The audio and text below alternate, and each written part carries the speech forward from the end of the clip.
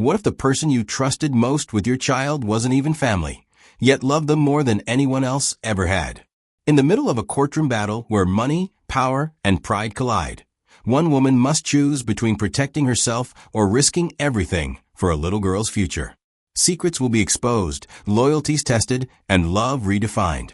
Are you ready to hear how one choice can change everything? Before we dive in, let us know, what time are you listening to this? And where are you? Drop a comment below. We'd love to hear from you. Aisha Brooks had learned to keep her head down and keep moving. At 28, she worked long days as a live-in housekeeper for a comfortable suburban family, then rode the late train back to her cramped apartment by the tracks. Nights were for textbooks and online lectures, community college nursing classes that she paid for in slow, hard-earned installments. Every month, the math never seemed to quite add up. It was mid-autumn in Illinois, the kind of evening where the air held a damp chill and the streets smelled faintly of wet leaves and gasoline. The orange glow from the street lamps stretched over cracked sidewalks, and the rumble of freight trains cut through the dark. In her neighborhood, the whistle of a train was as common as a heartbeat. Aisha was tired in that deep, bone-heavy way that went beyond physical exhaustion. Her hands ached from scrubbing floors, her shoulders from hauling laundry up and downstairs. She could almost hear the echo of her neighbor's voice from earlier that week. "Girls like you don't get far around here," the words sliding under her skin like cold rain. She shook it off. She always did. She was pedaling home from the evening shift when she spotted it, a small figure standing alone at the far end of the grocery store parking lot. The lot was mostly empty, save for a few cars idling near the entrance. The figure was still, too still, clutching something tight. As she coasted closer, the dim yellow light from a flickering lamp revealed a little girl. 6, maybe 7 years old. Hair the color of pale corn silk, damp and tangled, clinging to her cheeks. Her coat hung crooked, one sleeve bunched up, and she held a stuffed bear close to her chest, as if it were the only thing keeping her upright. The girl's eyes glistened, wide and lost. She didn't move when Aisha stepped off the bike and approached, the wet gravel crunching under her shoes. "Hey, sweetheart," Aisha said softly, careful not to startle her. "Are you okay? Where's your mom or dad?" The child's lip trembled. No answer. Just a quick glance toward the shadowy far end of a lot, then back to the ground. Rain began to spit from the low clouds, tapping on the metal roof of a nearby cart corral. Aisha's gut tightened. This wasn't the kind of place for a kid to be alone, not at this hour. She adjusted her scarf and took a cautious step closer. "You're shivering," she murmured. "Come on, let's get you out of the cold." The little girl hugged her bear tighter, but didn't pull away as Aisha reached out. And that was the moment Aisha knew, whatever this was, she wasn't about to walk away. The parking lot stretched out in front of them like a wet, empty stage. Only a handful of cars sat scattered in the distance, their metal shells glistening under the flicker of a lamplight. The rain had slowed to a mist, leaving the pavement slick and smelling faintly of oil. Aisha crouched down to meet the girl's eyes, searching for some hint of where she'd come from. "Sweetheart, can you tell me your name? Where do you live?" she asked gently. The little girl's gaze darted past her toward the shadows, then back down to the bear in her arms. I want to go home," she whispered, her voice trembling almost as much as her small frame. Aisha's heart tightened. There was no adult in sight. The store had long since closed, and the few remaining cars seemed to belong to people with no connection to the child. Calling the police right there might have been the obvious answer, but she imagined the girl, alone and frightened in the back of a squad car, and something inside her resisted. She offered her hand. "Let's get you out of this weather. Just for tonight, all right? We'll figure it out in the morning." The girl hesitated, then nodded, letting Aisha lead her to the bike. The ride was slow, Aisha walking the bike most of the way so the child could keep up. The quiet streets made their footsteps sound louder than they were. When they reached her building, a tired, two-story complex with peeling paint and a humming soda machine by the door, Aisha could already feel the eyes. Mrs. Campbell from 2B, leaning out her window to smoke, the Johnson boys pausing their video game through an open-screen door, even Mr. Harris, the night custodian, raising an eyebrow as they passed. Aisha kept her chin up, but the tension sat heavy in her chest. She could almost hear what they were thinking. A black woman bringing home a small white child in the middle of the night. She unlocked her door quickly and ushered the girl inside before the whispers could turn into words. The apartment was modest, a single room that doubled as living space and kitchen, with a narrow hallway leading to a small bedroom. It smelled faintly of laundry detergent and the chili she'd reheated the night before. She handed the girl a towel, set a mug of warm milk on the table, and tried again. "What's your name, honey?" The girl sipped, then glanced up. "Lily. That's a pretty name. I'm Aisha. You can stay here tonight, Lily. Tomorrow morning we'll figure out where you belong." Lily nodded, her eyes already drooping from exhaustion. She curled up on the couch, the bear tucked under her chin, and drifted off before Aisha could even pull the blanket over her. Aisha didn't sleep much. She sat at the small table, listening to the soft hum of the fridge and the occasional passing train.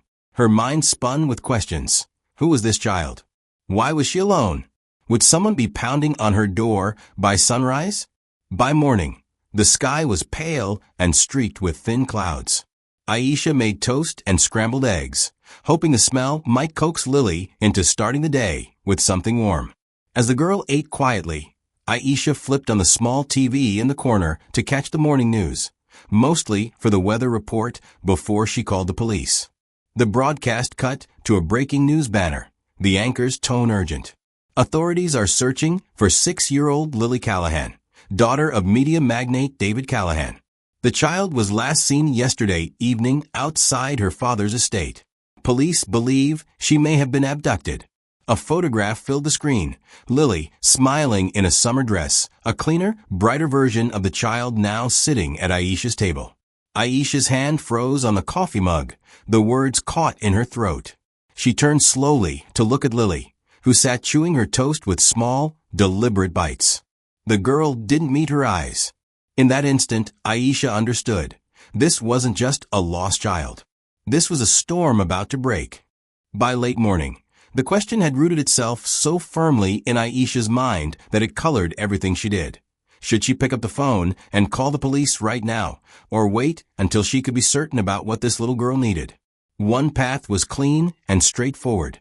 Turn her over to the system and let the people in uniforms take it from there. But the other path, the one tugging at her harder, was full of shadows and uncertainty. She'd been around long enough to know that once a story left your hands, you couldn't always control how it was told.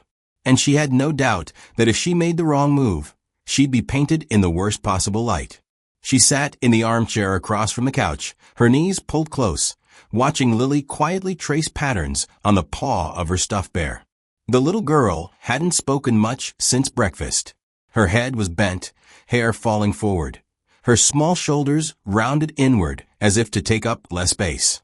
"You know," Aisha said, trying to keep her tone soft, "there are people who can help you get back to your family.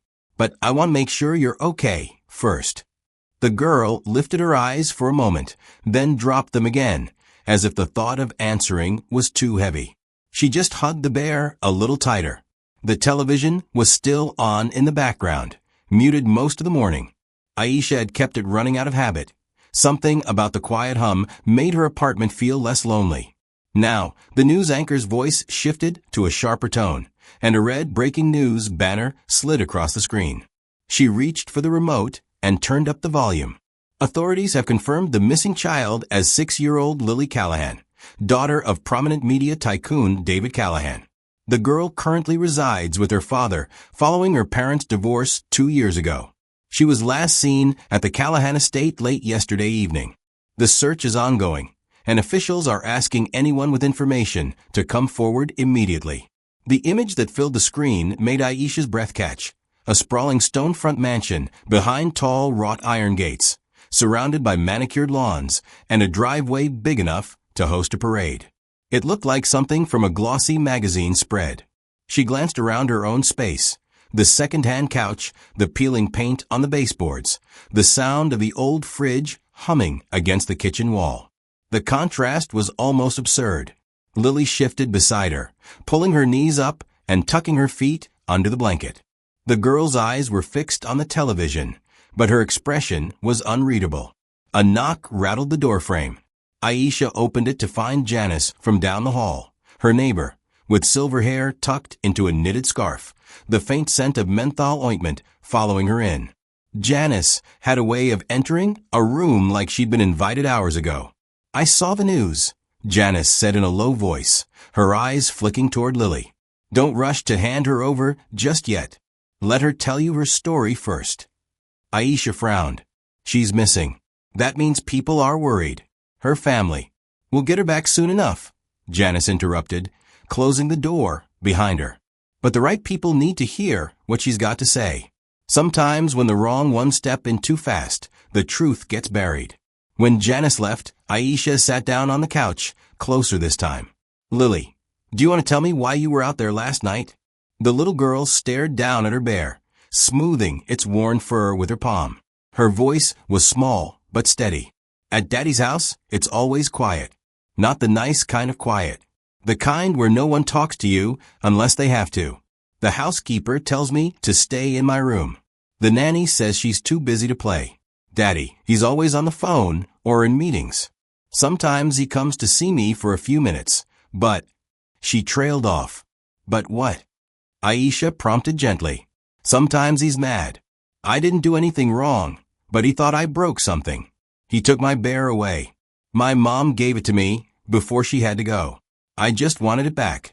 Her fingers tightened around the bear's paw, as if she thought it might vanish again. "I ran outside to find it. The gates were open, so I just kept walking." Aisha could picture it vividly, a small figure stepping out into the night, leaving behind the cavernous rooms and cold hallways for the wet pavement and an unknown road, chasing after the one thing that still felt like home. "All right," Aisha said after a pause, her voice low. "You can stay here for now, but I need you to trust me. We'll figure this out together." In her mind, though, the question had already changed. It wasn't whether to call the authorities, it was how to make sure, when she did, that Lily's voice wouldn't be drowned out by the noise of people who didn't know her at all. The rain had eased into a steady drizzle by nightfall, soft against the glass, but loud enough to fill the silences in the small apartment. Aisha moved around quietly, straightening the blanket on the couch, rinsing a mug, checking the lock on the door for the third time. The television murmured in the background, just enough volume to keep her company, until the anchor's voice suddenly shifted, sharper and more urgent. She glanced toward the screen and froze. The image was of a woman seated in a studio chair, posture straight, dark hair drawn back in a low knot. Her face was calm, but there was a tension beneath the surface, a kind of stillness that made you lean in to hear every word. The caption read, "Grace Miller, attorney, mother of missing child. I haven't seen my daughter since the court awarded her father full custody," Grace said. "I've fought for time with her, but every call went unanswered, every visit turned away, and now she's missing. I will fight to bring her home, and I will fight to keep her safe." Aisha sank into the couch. This wasn't some distant figure. This was Lily's mother, alive and determined, her words clipped but heavy with conviction. She turned toward the bedroom. The little girl was still curled on her side, one hand tucked under her cheek, bare pressed against her chest. No idea her mother's face and name were on every channel in the city. It didn't take long for the story to twist. Within the hour, local segments had picked up a new angle. Blurry phone photos of Aisha leading Lily up the apartment steps. Headlines hinting at suspicion. "Missing heiress found in rundown complex" flashed across one screen. "Mystery woman seen with Callahan girl," another read. By the time she peeked out her blinds, the stares had started. Mrs. Campbell stood in her doorway across the hall, arms crossed. The Johnson boys were perched on their stoop with their game controllers, muttering under their breath as she passed earlier. Even Mr. Harris, who normally kept his head down, had stopped her in the stairwell that afternoon. "So that's the little girl on TV?" he'd asked, his tone more curious than kind. The blinds came down, and she let the room sink back into its familiar dimness. She was used to eyes on her, sometimes curious, sometimes wary, but this was different. This was attention she hadn't invited and couldn't control. The phone rang, the number unfamiliar. She thought about letting it go to voicemail, but something in her gut told her to answer. Hello. A pause, then a woman's voice, steady but with urgency, just beneath. This is Grace Miller. I'm Lily's mother. Aisha's grip tightened on the phone. How did you? I have people who told me, Grace cut in. Please listen. Don't give her to the police yet. Not until I get there. I can explain everything in person. I just need you to keep her safe a little longer. There was no begging in her tone, only a firm insistence. You have no idea what's been happening in that house, Grace continued. Please wait for me. And then the call ended, leaving the line empty and the apartment quiet again. Aisha sat there for a moment, phone still in her hand, feeling the hum of the fridge behind her and the damp chill creeping through the thin walls. Out in the bedroom, Lily shifted in her sleep, making a small sound before settling again. The space felt even smaller tonight, not because of its size, but because of the weight pressing in from outside. There were people looking for this child, and now there was a mother, real, breathing, determined, asking her to do nothing except hold on a little longer. She didn't move for a long time. The clock on the kitchen wall ticked, steady as a heartbeat. Somewhere in the distance, over the tracks, the train's whistle rose in a long, low note. It carried through the air, stretching out until it seemed to fill the room, a sound that felt less like a passing and more like a signal. The pounding at the door came so hard and fast it rattled the thin frame. Aisha was halfway through pouring a bowl of cereal for Lily when the sound made her flinch. She set the spoon down, glanced at the little girl, wide-eyed, frozen, and walked to the door with cautious steps. When she opened it, the hallway was filled with presence. 2 uniformed officers stood on either side of a tall man in an expensive charcoal suit. His shoes were polished to a mirror shine, his tie perfectly knotted, but his eyes, cold, narrowed, were fixed on her like a searchlight. David Callahan, he said without offering a hand. His voice clipped. I'm here for my daughter. Before she could answer, he stepped past her into the apartment, scanning the room as if taking inventory. The officers followed, one lingering near the door, the other moving toward the kitchen. Lily's chair scraped against the floor. No, she cried, darting toward Aisha and wrapping her arms around her waist. I don't want to go. David's jaw tightened. Lily, he said sharply, get your things.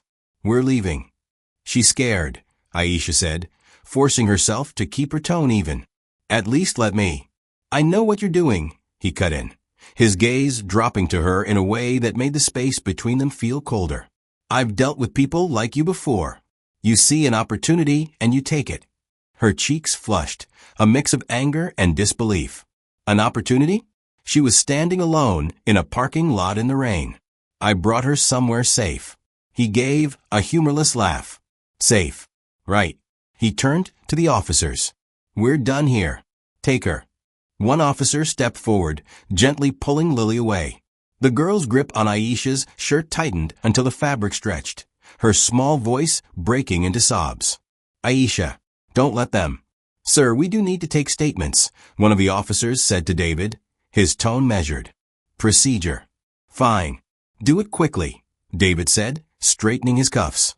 The taller officer turned to Aisha. Ma'am, we'll need you to come down to the station, just for some questions.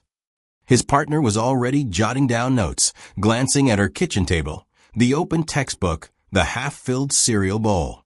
They asked for her ID, then mentioned they'd be running a check, employment history, financials. One of them even asked about her tuition payments for nursing school, the implication hanging in the air. Someone like her might have a reason to keep a rich man's child. A voice rang out from the hallway. That's not what happened. It was Janice, standing there in her cardigan and slippers, face flushed. I saw this woman come home with that little girl last night. She wasn't dragging her in. She was carrying her like she mattered. That child was freezing and crying. Aisha took care of her.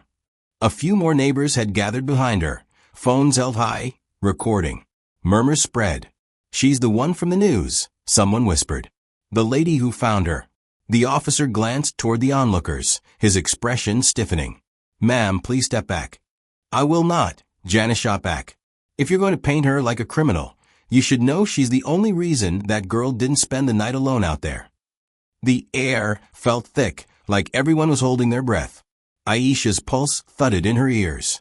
She knew this wasn't over, not by a long shot, but in that moment, with Lily's tear-streaked face looking back at her and Janice standing her ground, it felt like someone had just cracked the door open against the weight pressing it shut.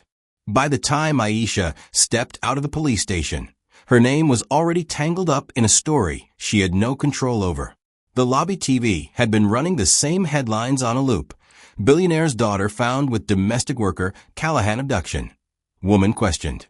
On the screen, her image, caught from a neighbor's grainy phone video, flashed next to a polished publicity shot of David Callahan.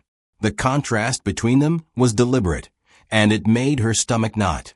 Outside, the air smelled of wet pavement, the sky still heavy from the morning rain.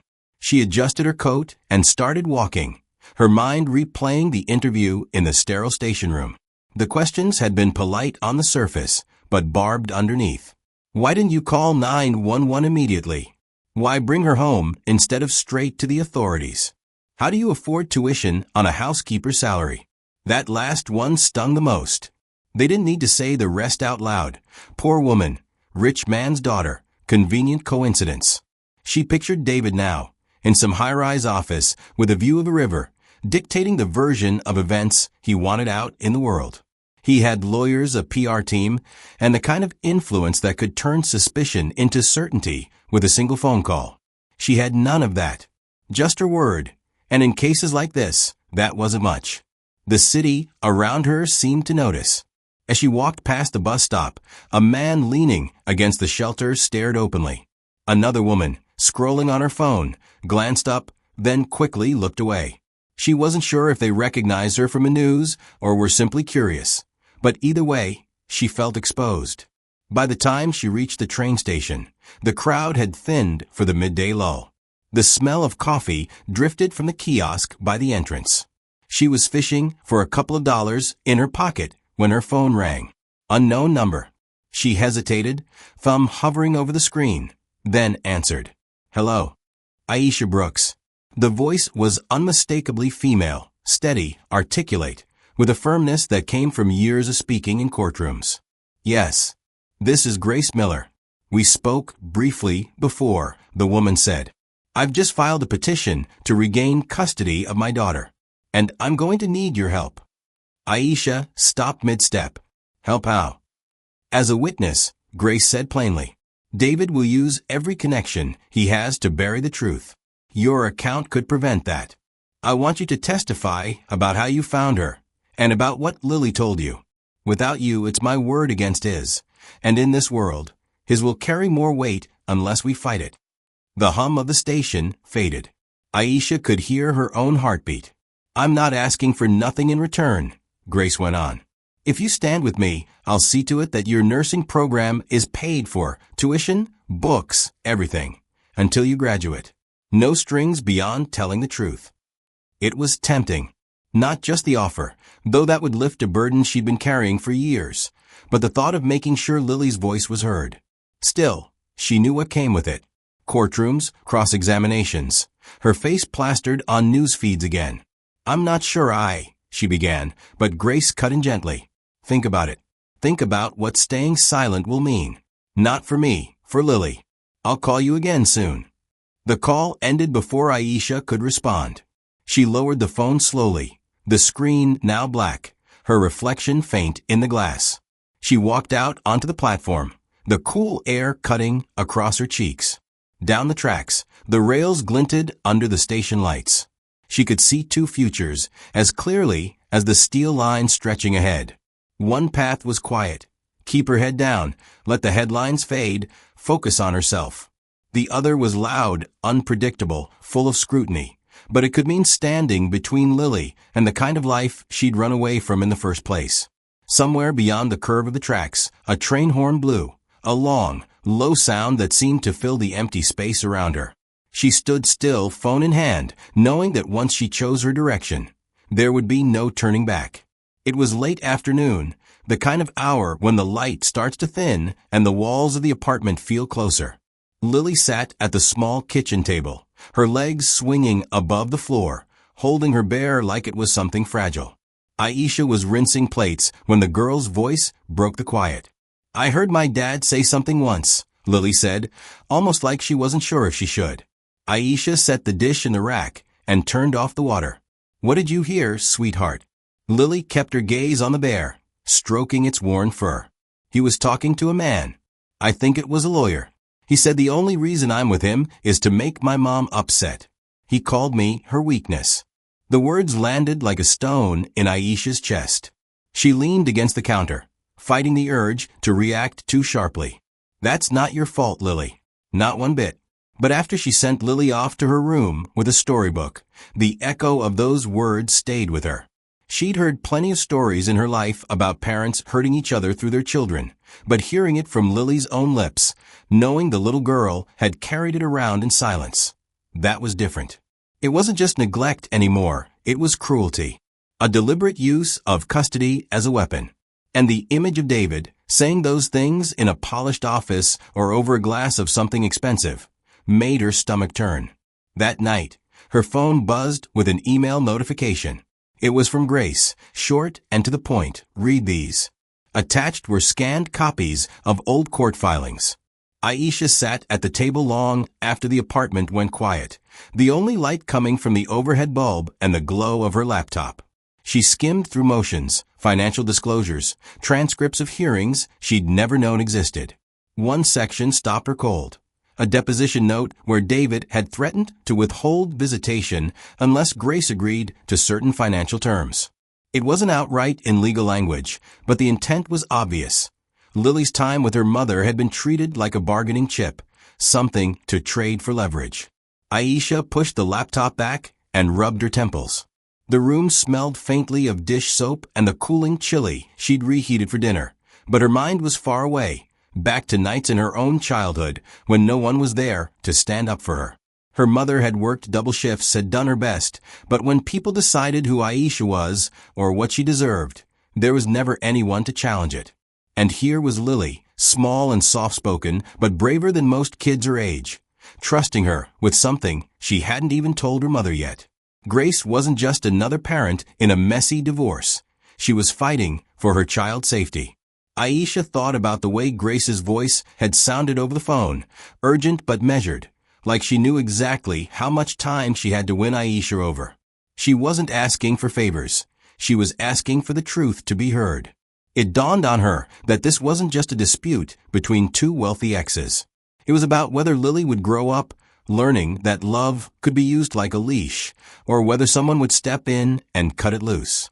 Aisha stared at the stack of printed pages, her thumb running along the edges. Doing the right thing would mean stepping into a spotlight she didn't want, courtrooms, cameras, strangers dissecting her life. It meant giving David Callahan the opportunity to dig through her past, looking for anything to twist against her. But staying out of it would mean turning away from the little girl who had clung to her in the parking lot, soaking wet and terrified. It would mean pretending she hadn't heard the truth straight from Lily's mouth. For the first time since the knock on her door that morning with David and the police, she felt the balance shift inside her. Fear was still there, but it wasn't the only thing. There was something else, a stubbornness, maybe, or a sense that she'd been handed a chance her younger self would have wanted for herself. She gathered the papers into a neat pile and set them on the counter. Whatever came next, she knew one thing. If Lily's story was going to be told, it wouldn't be by people who saw her as a piece on a chessboard. Not if Aisha had anything to do with it. The first blow landed before sunrise. Aisha's phone buzzed on the nightstand, the harsh light from the screen cutting through her half-sleep. She squinted at the notification. It wasn't even from a major outlet, just a local gossip site, but the headline made her stomach twist. Poor maid tries to wedge herself into billionaire custody battle. By mid-morning, it had spread. Bigger sites picked it up, each adding their own poison. Some ran stock photos of dark-skinned women who weren't even her, standing beside captions about hidden motives and possible financial gain. A few went further, pulling bits from her public records, her college enrollment, her part-time jobs, and framing them like evidence. At the corner store, the cashier's usual small talk vanished, replaced by clipped words and a hasty transaction. On the stairwell, the woman from 3B glanced at Aisha, then turned and took the long way up. Even Mrs. Janice, who always lingered to chat, seemed cautious, lowering her voice as if to keep their conversation from being overheard. Aisha told herself she didn't need their approval. But the truth was, the sudden coldness pressed down like a heavy coat. The walls of her apartment, already thin, couldn't block the whispers in the hall. Every muffled laugh sounded like it might be about her. 2 days later, Grace showed up. She wasn't dressed for court, no tailored suit this time, just a soft blue sweater and jeans. Still, there was an air about her that made you sit straighter. They sat at Aisha's small kitchen table, steam curling up from the mugs of tea between them. "I'm not going to lie to you," Grace began, her voice steady. "If you testify for me, David will come after you. Publicly, privately, in ways you can't yet imagine." Aisha gave a short, bitter laugh. "He's already started." Grace nodded once. "Yes, but I won't let him win. If you stand with me, I'll make sure you're protected. Legal counsel, media support, everything you need. And I'll pay your tuition until you graduate. No conditions." The words landed heavier than Aisha wanted to admit. It wasn't just about the tuition, though that alone could change her life. It was the idea that she might actually stand up to someone like David Callahan and not be completely destroyed in the process. Still, her throat tightened at the thought of cameras and courtrooms. "And if I say no?" she asked. Grace's gaze didn't waver. "Then I'll keep fighting. But Lily will grow up knowing you could have helped her, and chose not to." The sound of little feet in the hallway broke the moment. Lily appeared in the doorway, her hair a tangled halo from playing in the bedroom. She didn't pause, just ran straight to Aisha and wrapped her arms around her waist. "Grace is here," Aisha said softly. "I know," Lily murmured, her voice muffled against Aisha's shirt. Then she looked up, eyes wide and searching. "If Mom wins, can I live with her? And with you too?" The air seemed to hold still. Aisha rested her hand on Lily's back, feeling the small, fast rhythm of her breathing. She didn't answer right away, because this wasn't a question you met with a polite reassurance. Not when it came from a child who'd been treated like an object passed from one hand to another. After Grace left, the kitchen felt too quiet. The tea had gone cold, but the conversation stayed warm in Aisha's mind, replaying in fragments.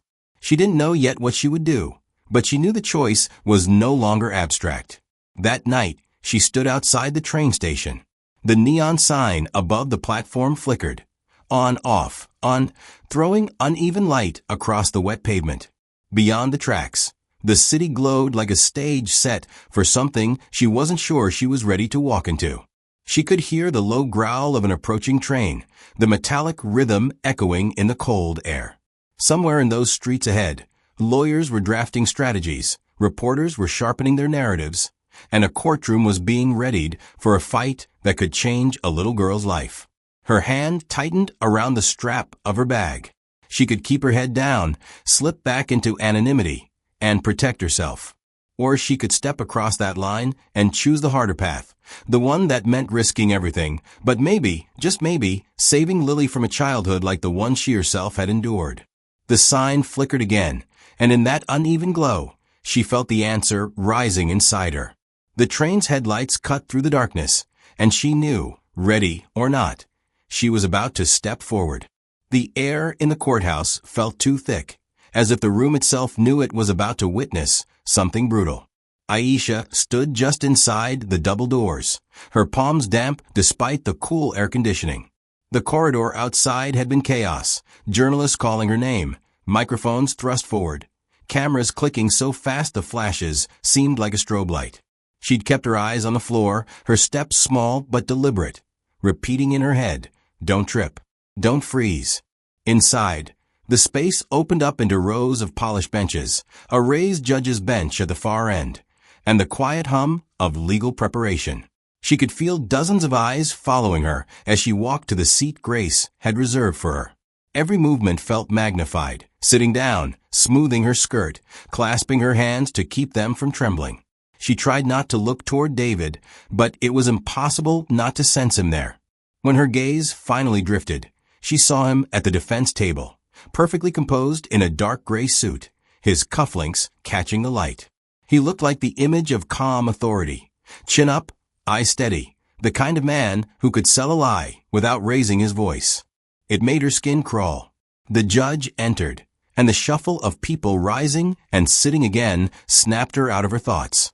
Almost immediately, David's attorney took the floor, his voice smooth and confident. "Your Honor," he began, "we must address the credibility of certain potential witnesses before this trial proceeds further." He didn't glance at Aisha, but his words cut toward her like a blade. The woman in question has a financial history that clearly demonstrates vulnerabilities. Student debt, multiple part-time jobs. This is someone who might see opportunity in aligning herself with my client's ex-wife. Aisha's stomach turned. She could almost hear the narrative clicking into place in the minds of the reporters scribbling notes. Grace's attorney rose in protest, but the judge allowed the defense to continue. The lawyer went on to list details from her life, each fact stripped of context, made to sound like a flaw. "Let's be honest," he said, his tone mock casual. "What reason would a struggling nursing student have to involve herself in such a high-profile custody matter, unless she had something to gain?" Her hands clenched under the table, nails pressing into her skin. She wanted to speak, to stand up and tell them about the night she found Lily alone, about the way the little girl had clung to her and finally felt safe enough to sleep. But her turn hadn't come yet. She could only sit there and feel the weight of the room shift against her. When David was called to the stand, the performance began in earnest. He leaned forward slightly, meeting the judge's eyes with practiced sincerity. "I love my daughter more than anything," he said. "Since the divorce, I have ensured she has every comfort, every opportunity. I regret that her mother has chosen this path, but I can only assume she is being advised, or perhaps misled by others." His gaze slid, just briefly, in Aisha's direction. "It saddens me to see a young woman from a modest background caught up in something like this. I hope she realizes she's being used." Grace sat rigid beside her lawyer, her jaw tight, her hands folded in her lap. Aisha could feel the tension radiating off her, though her face remained composed. The press had been relentless over the past week, and this courtroom was their theater. Every sentence, every glance, was another headline in the making. It hit Aisha then, with unsettling clarity. If she stayed quiet, the story David was telling would be the only one people heard. If she spoke, she could be torn apart on live television. Her words dissected and doubted. Either choice carried a cost. The judge called for a short recess. As people began to move around, Grace leaned toward her. "When you're called up there," she said quietly, "tell the truth. All of it. Don't let him own this narrative." Aisha looked past her toward the doorway, where the reporters waited for another chance to shout questions. She thought of Lily, small hands gripping her shirt, the whispered, "Can I stay with you?" That memory steadied her more than anything else could have. She wasn't here for headlines or tuition money, or to prove David wrong. She was here because a little girl deserved to feel safe in her own home. The bailiff's voice called the court back into session. Aisha sat up straighter, her pulse loud in her ears. She could feel the moment closing in, the one where she'd have to choose between safety and truth. And this time, she knew which side she'd stand on. The courtroom's buzz softened into a low hum during the mid-morning recess. Lawyers leaned over paperwork, the judge disappeared through the side door, and the journalists retreated to the hallway to feed their updates to the world. Aisha stayed seated, keeping her head low, her gaze fixed on the marble floor. The tension in her shoulders hadn't eased since the trial began. Then she heard the quick patter of small feet. "Aisha." Lily's voice broke through the noise like a warm ray in a storm. The little girl darted across the room before anyone could stop her and flung her arms around Aisha's waist. Aisha crouched, returning the hug, and felt the soft press of Lily's old, worn teddy bear between them. "You still have him," she murmured. "Always," Lily whispered, clutching it tighter. "He's the only thing that's really mine." Aisha's fingers brushed the seam of the bear's belly, rougher than the rest of its fabric. Something small and solid pressed against her palm inside the stuffing. She frowned. "Lily, sweetheart, what's inside here?" Lily glanced over her shoulder, checking for her father, then leaned close. "It's a secret. I kept it since the last time I was at Daddy's house." Her voice dropped to a whisper. "It's the thing I was never supposed to have." Curiosity and a strange dread settled over Aisha as she slipped her fingers inside the small hidden opening. Her nails caught on metal, cold and smooth. She pulled out a tiny black device, no bigger than her thumb. "A recorder," she breathed. Lily nodded quickly. "It was on the floor one day. I think it fell out of Mr. Cooper's pocket. He's the security guy. I didn't mean to take it, but I heard Daddy yelling, and I pressed the button." Her small hands twisted the bear's ear nervously. "I wanted someone to know the truth." Aisha's heartbeat kicked up. She reached into her bag, pulling out her phone and connecting the device with trembling hands. The moment she hit play, the tinny sound of a man's voice filled her ears, sharp, furious, unmistakably David's. "You're nothing but a burden, Lily," his voice snarled. "The only reason I keep you is because it drives your mother insane. You think she loves you? She just wants to win." Aisha's chest tightened as a second voice came through, the housekeeper, weary but resigned. "Sir, the girl keeps asking about her mother. Maybe it's time." "Keep her away," David cut in. "That's an order. I don't care what it takes." Another voice chimed in, probably the nanny. "Yes, Mr. Callahan." Grace had been standing near the table, speaking quietly to her attorney, but the moment Aisha motioned her over, her expression shifted. She took the earbuds Aisha offered and listened. The change in her eyes was immediate. Shock first, then fury, then a cool, calculating focus. "This is it," Grace said, her voice low, but vibrating with urgency. "This blows his whole narrative apart. We need this admitted into evidence, today." Her attorney, a sharp-eyed woman in her 40s, joined them. After a quick listen, she nodded. "We'll move to introduce it when we reconvene. The judge won't ignore this." By the time court resumed, the energy in the room had shifted. The defense was mid-argument when Grace's lawyer stood. "Your Honor, new evidence has come to light during the recess. With the court's permission, we'd like to submit an audio recording relevant to the case." David's attorney objected immediately, claiming it was inadmissible, but the judge allowed it to be played for consideration. The audio filled the courtroom. Gasps rippled through the gallery. The press scribbled furiously, already sensing the headline. On the recording, David's words landed like a hammer, cold, deliberate, impossible to misconstrue. When it ended, the judge's face was unreadable, but the silence was thick. "Mr. Callahan," the judge said finally, "this raises serious concerns about your motivations in this custody matter."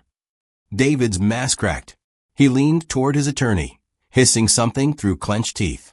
The lawyer tried to calm him, but David slammed his palm on the table. "This is ridiculous."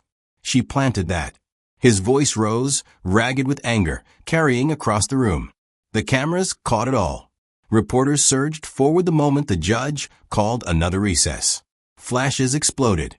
The image of David Callahan, red-faced and shouting at his own counsel, would be everywhere by evening. Aisha sat frozen, Lily's hand warm and small in hers. She felt the child's fingers tighten, not out of fear this time, but something else. Hope. She squeezed back. For the first time since this battle began, the scales were tipping. And Aisha knew they weren't just fighting for Lily's custody anymore. They were fighting for her chance at a safe, unbroken life. The morning after the recording shook the courtroom, the war moved from the legal arena to the airwaves. David's legal team wasted no time hiring a crisis PR firm. Before breakfast was even on the table, headlines had twisted into something almost unrecognizable. Audio clip heavily edited. Experts say Callahan accuses Grace Miller of orchestrating smear campaign. And the one that made Aisha's stomach drop. Nanny at center of custody battle could face defamation suit. It was surreal to see her name beneath those bold letters, like the life she'd known had been peeled away and replaced with a tabloid version she didn't recognize. Strangers online tore apart photos of her from the courthouse, speculating about her motives, her past, even her smile. By mid-afternoon, she was sitting across from Grace and her attorney in a small office that smelled faintly of stale coffee. The blinds were drawn, but the light still slipped in, dust motes drifting in the air between them. "We need you to testify as our primary witness," the attorney said plainly. "It's not enough to submit the audio. We have to establish context, what you saw, what Lily told you, how she lived in her father's home. Without that, they'll keep pushing the edited audio angle until the judge starts to believe it." Aisha's fingers tightened around the paper cup in her hands. "You're asking me to stand on that witness stand, knowing full well they'll dig into everything, my finances, my family, my schooling, just to make me look unreliable." Grace leaned forward. "I'm not going to lie to you. Yes, they will. David will throw everything he has at you. But you've already been in the crosshairs, Aisha. The difference now is that if you take that stand, you can control the truth that comes out. You can make sure it's Lily's story they hear, not his." That last part landed hard. She could still remember Lily's small voice the night she confided about overhearing her father's cruel words. And now, those same words were trapped inside that teddy bear's hidden recorder, proof that could upend everything. If only someone would stand beside it and say, "This is real." "But once I speak," Aisha said slowly, "there's no going back." Grace didn't flinch. "No, there isn't. And if you can't do it, I understand. But if you walk away, we lose more than the case. Lily loses her chance to live with someone who truly cares for her." The room was quiet except for the faint ticking of the wall clock. The attorney shuffled some papers, giving Aisha space to think, but every second felt like a spotlight turning warmer on her skin. That night, sleep was impossible. Aisha lay in bed, staring at the ceiling until the walls felt like they were closing in. Every shadow looked like a camera lens, every hum of a passing car like the whisper of reporters waiting outside. Finally, she slipped out of bed, padded to the small balcony, and let the cool air hit her face. The city stretched out below, a sprawl of lights and noise, but it felt distant, like a world she might no longer belong to after tomorrow. She wrapped her arms around herself, the way she used to, as a little girl, when the shouting in her childhood home got too loud. Back then, silence had been her only shield. She'd learned to disappear, to let storms pass without making herself a target. But now, she thought of Lily, how the little girl's arms clung to her waist at the courthouse, how her eyes searched Aisha's face for reassurance. Silence wouldn't protect Lily. Disappearing wouldn't help her find safety. Aisha leaned against the railing and tried to picture what it would feel like to step into that courtroom as a witness. The cameras would flash, the questions would be sharp, and David's smirk would be there, daring her to speak. Her pulse quickened, but beneath the fear, something else flickered, a stubborn spark she hadn't felt in years. Maybe this wasn't just Grace's fight or Lily's. Maybe it was her own. And as the city's neon signs blinked in the distance, she found herself wondering if breaking the silence this time might not be the end of her safety, but the start of her freedom. The courtroom felt different that morning, heavier, as though everyone sensed that the air itself was bracing for a shift. Aisha sat in the waiting area outside the doors, her palms pressed together, eyes fixed on the faint scuff marks on the marble floor. Beyond the wooden double doors, she could hear the low hum of voices, reporters murmuring, lawyers rustling papers, the occasional snap of a camera lens. When the bailiff called her name, she rose. Her knees felt unsteady, but her steps carried her forward, one measured pace at a time, into the full glare of the room. She could feel every gaze on her. Reporters angling for a headline, strangers who'd only read about her in articles dripping with half-truths, and David sitting so still, so self-assured, that it almost felt like a dare. She took her place at the witness stand. The clerk administered the oath, and Aisha's voice was steady when she swore to tell the truth. Still, her heartbeat drummed in her ears. Grace's attorney began gently, letting her recount how she met Lily, the moments that led to that day at the train station, and the events that had pulled her into this battle. Aisha spoke carefully, keeping her voice even, though her hands clasped tightly in her lap. Every now and then, she let herself glance toward Lily, who sat beside her mother, swinging her legs and watching with wide, searching eyes. Then David's attorney stood. His tone shifted the air instantly, smooth, almost polite, but with an edge that pressed against every answer. "Miss Harris," he began, "you currently live in a modest apartment complex, correct?" "Yes." "And you have outstanding student debt?" "Yes." "And you've struggled to pay your tuition on time, haven't you?" Aisha hesitated. "That's true." The attorney smiled faintly, turning toward the judge as if each answer had proved his point. "So, would it be fair to say that a financial incentive might be persuasive to you?" "No," Aisha said firmly. "Not in this matter. Not even when a wealthy woman like Ms. Miller offers to support your education, as she has publicly promised." His voice wrapped around the words like they were laced with scandal. Aisha's pulse spiked. She could feel the reporter's scribbling, the weight of the insinuation pressing down. She opened her mouth, but he cut in again, his questions tightening like a net. "Would you also agree that your entire knowledge of my client's home life comes from limited encounters, and what a 7-year-old child allegedly told you?" She took a slow breath, letting the silence stretch just long enough for him to lean in. Then she looked past him toward Lily. That small face was framed by blonde hair that had fallen loose from its braid, her fingers nervously clutching the hem of her dress. In that instant, the noise of the courtroom faded. Aisha wasn't thinking about the flashing cameras, or the headlines, or even the attorney in front of her. She was thinking about another little girl, herself, years ago, waiting for someone to stand up for her and realizing no one would. She turned back to the microphone. "When I was Lily's age," she said, her voice low but steady, "I knew what it felt like to be invisible, to have the people who were supposed to protect you turn away. I lived through that, and I promised myself I'd never let it happen to another child if I could help it." The attorney tried to interject, but the judge motioned for her to continue. "I'm not here because of money," Aisha went on. "I'm here because I saw the way Lily looked when she talked about not being allowed to see her mother. Because I heard the fear in her voice. If speaking up can stop that kind of pain, then I'll take every question, every headline, every insult you can throw at me. But don't stand there and tell me I'm here for a paycheck." The courtroom fell silent. The scribbling stopped. Even the constant click of cameras seemed to pause, as though the room itself was holding its breath. Grace reached for Lily's hand, squeezing it tightly.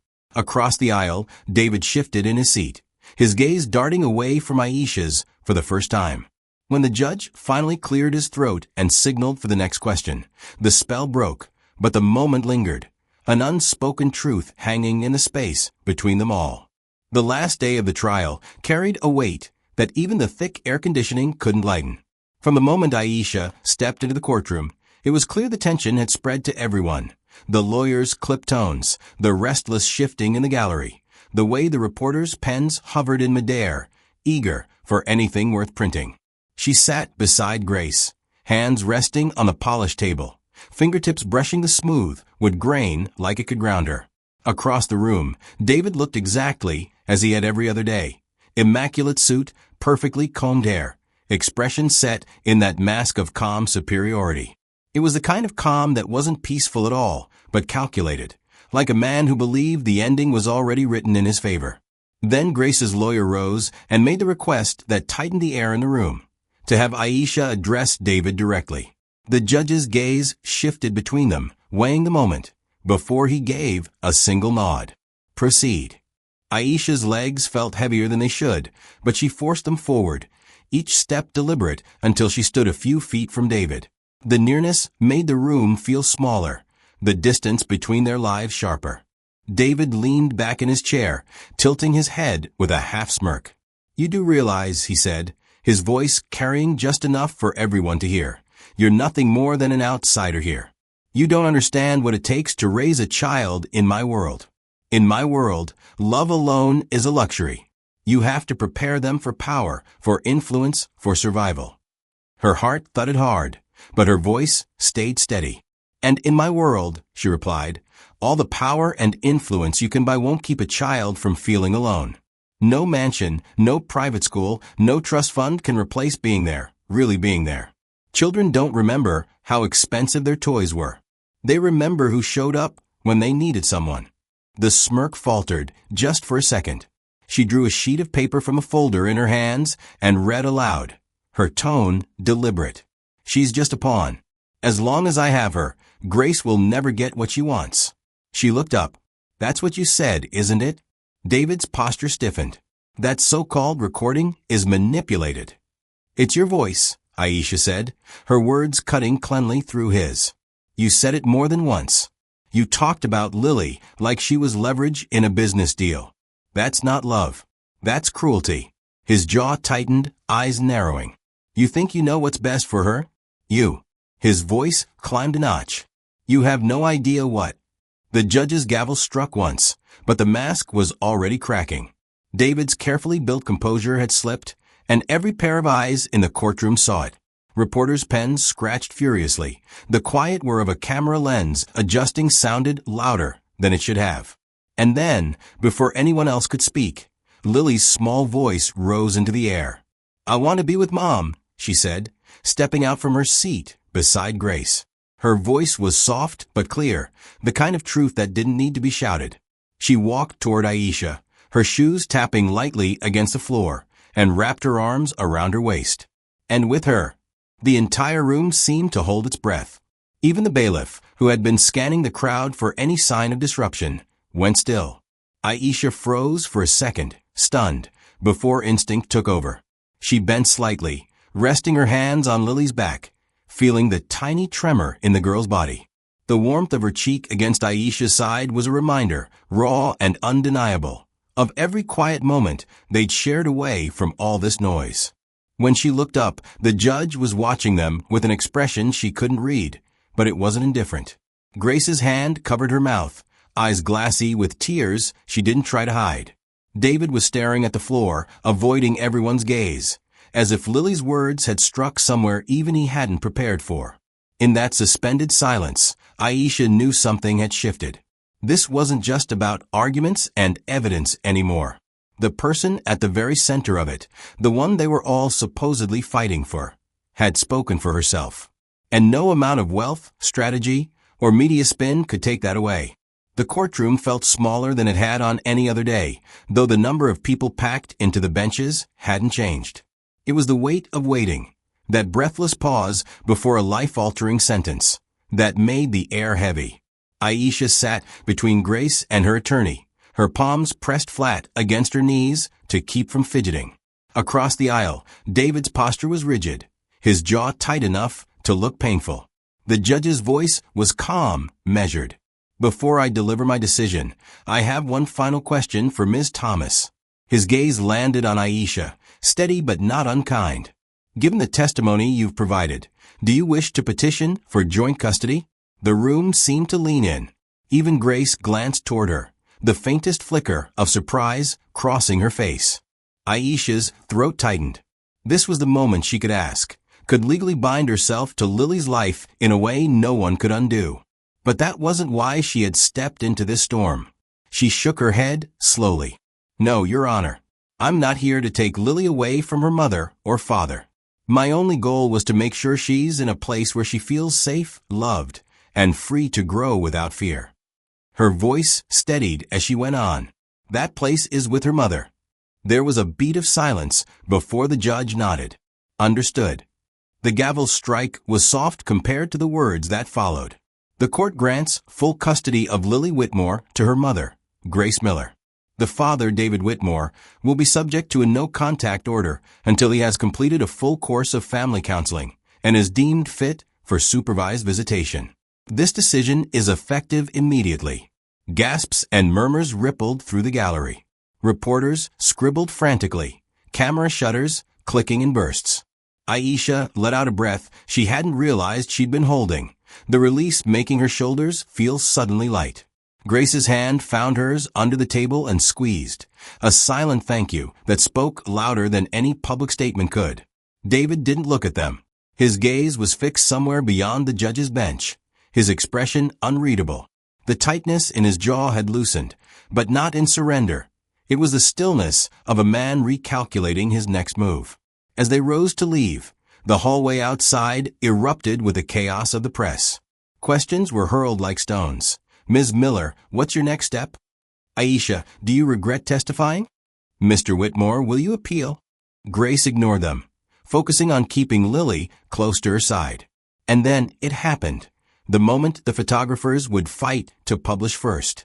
Just as they stepped onto the courthouse steps, Grace reached over and clasped Aisha's hand in both of hers. No speeches, no grand declarations. Just two women standing together, their fingers intertwined. A quiet alliance captured in a flurry of camera flashes. The picture would be on morning news sites within hours, tagged with headlines about courage, compassion, and the unexpected bonds that can change a life. Aisha didn't even notice the lenses anymore.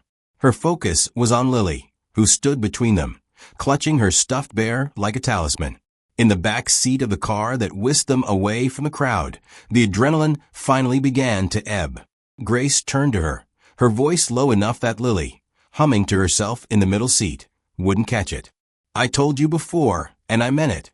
That dream you have, to finish nursing school, to build a future you deserve, let me take care of it. You've given me back my daughter. I can give you that.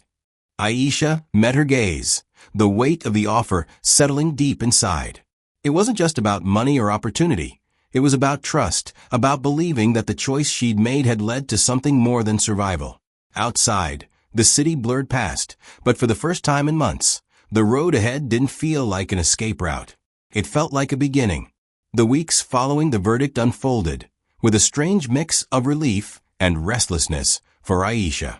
The courthouse steps, the shouting reporters, the trembling weight of Lily's hand in hers. All of it already felt like a distant echo. Yet the story lingered in the corners of her life, in the way strangers glanced at her on the bus, in the muffled conversations that stopped when she entered the laundromat. She went back to her routine, as if slipping on an old sweater, waking early for part-time cleaning jobs, hustling to evening nursing classes, falling into bed well past midnight. But the rhythm wasn't quite the same. She moved through her days with a quiet awareness that she had stepped into a fight most people would have avoided. The quiet glances in the hallway of her apartment building reminded her that not everyone admired the choice. Some neighbors smiled politely, others simply stared, curiosity or disapproval flickering in their eyes. The trial had faded from the front page, but David Whitmore's name still surfaced now and then. And when it did, the tone had changed. One Sunday morning, in the laundromat waiting for the dryers to finish, Aisha picked up a community newspaper left on the counter. There was his picture, no tailored suit, no polished smile, just a man stepping out of a brick building with a modest sign that read Family Counseling Center. His posture was slumped, his face pale. The accompanying article mentioned he had temporarily stepped back from his company's executive board after several high-profile partners withdrew contracts. Aisha stared at the image longer than she meant to. She didn't feel satisfaction. She didn't feel pity either. It was something in between, an understanding that life eventually catches up to everyone, one way or another. Actions collect interest over time. One rainy Thursday, as she was folding laundry on her small kitchen table, a knock sounded at the door. When she opened it, the hallway was empty, only the faint echo of footsteps retreating toward the stairwell. At her feet was a rectangular package, neatly wrapped in brown paper with her name written in a careful, slanted script. She brought it inside, set it on the table, and carefully peeled away the tape. Inside was a pristine nurse's uniform, the white fabric smelling faintly of lavender. Underneath, tucked in a small envelope, was a card. She sat down, slid her finger under the flap, and unfolded the note. This is just the beginning. Let's see your dream through together. Grace. Aisha's breath caught in her throat. She traced the ink with her fingertips, feeling the weight of the gesture settle in her chest. It wasn't about the uniform. It was about what it represented. For so long, her goals had been something she carried alone, held together with scraps of determination and nights spent studying on an empty stomach. Now, there was someone else willing to carry a piece of that dream with her. She thought about all the times she had questioned whether speaking up in court was worth the risk, the invasive questions, the rumors, the possibility of losing her job. But in that moment, holding the card, she knew she'd do it again without hesitation. Not just for Lily, but for the version of herself who had once needed someone to stand up for her. She folded the uniform neatly and placed it at the foot of her bed. Tomorrow, she decided, she would wear it to her next clinical training. Not because she had to, but because it felt like stepping into the future she had fought to earn. That night, she sat by the window with a cup of tea, watching the city lights blur in the rain. Somewhere across town, Grace and Lily were probably having dinner, maybe laughing about something Lily had done at school. Aisha didn't need to be there to feel connected to them. She knew, in an unspoken way, that if Lily ever needed her, she would be there. By choice, not obligation. The rain kept falling, steady and unhurried, tapping against the glass like a soft reminder. She had survived the storm, and though the world outside wasn't suddenly perfect, it was hers to walk through with her head held high. And for the first time in a long while, the road ahead didn't feel like something she had to face alone. The auditorium was filled with the kind of restless energy that only graduation day could bring. Rows of neatly dressed students sat in their caps and gowns, fidgeting with tassels and sneaking glances into the crowd. Aisha sat among them, her heart beating with a mix of pride and disbelief. The last few years had been a grind of long hours, unpaid internships, and late-night studying squeezed between jobs. There had been moments when she wasn't sure she'd make it here at all. She glanced toward the first row of the audience, scanning the sea of faces. Then she saw them, Grace in a navy dress, sitting upright with a poise that seemed natural, and Lily, bouncing in her seat with a bouquet of bright sunflowers nearly as big as her head. The sight of them hit her harder than she expected. When the dean called her name, Aisha rose, her legs trembling, but steady enough to carry her across the stage. She shook hands, accepted her diploma, and turned toward the audience. That's when Lily broke free from her seat, clutching the sunflowers, and ran straight onto the stage. The crowd laughed softly as Lily threw her arms around Aisha's waist. A ripple of applause followed, growing louder until it filled the hall. Aisha knelt down, her gown pooling around her, and hugged the little girl close. "You did it," Lily whispered, her voice shaking with excitement. "We did it," Aisha murmured back, her throat tight. She looked over Lily's shoulder at Grace, who was smiling, not the composed, polite smile she often wore in public, but something warmer, freer. The rest of the ceremony passed in a blur. Pictures were taken, names were called, and caps were tossed into the air.